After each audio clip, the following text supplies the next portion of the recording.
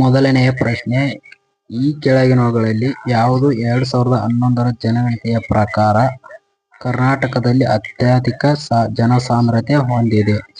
Option A Dharwad, option B Davanagere, option C Dakshina Kannada, option D Mysuru.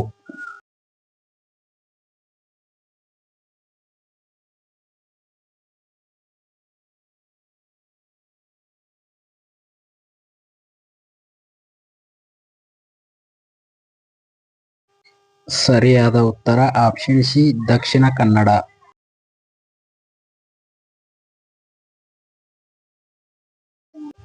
ಎರಡನೆಯ ಪ್ರಶ್ನೆ, ಮೀನಮಾಟ ಎಂಬ ರೋಗ ಯಾವ ಲೋಹದಿಂದ ಆಗುತ್ತದೆ?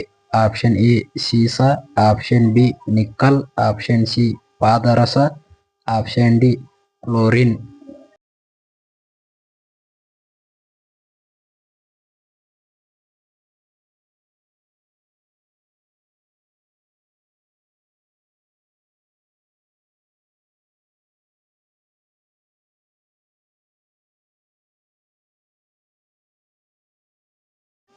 ಸರಿಯಾದ ಉತ್ತರ ಆಪ್ಷನ್ ಸಿ ಪಾದರಸ.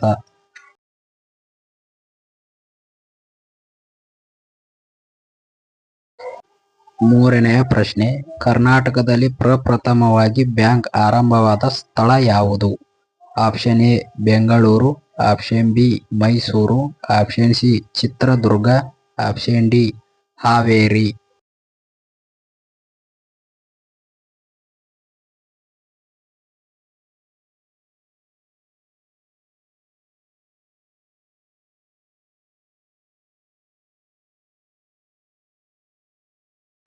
ಸರಿಯಾದ ಉತ್ತರ ಆಪ್ಷನ್ ಸಿ ಚಿತ್ರದುರ್ಗ.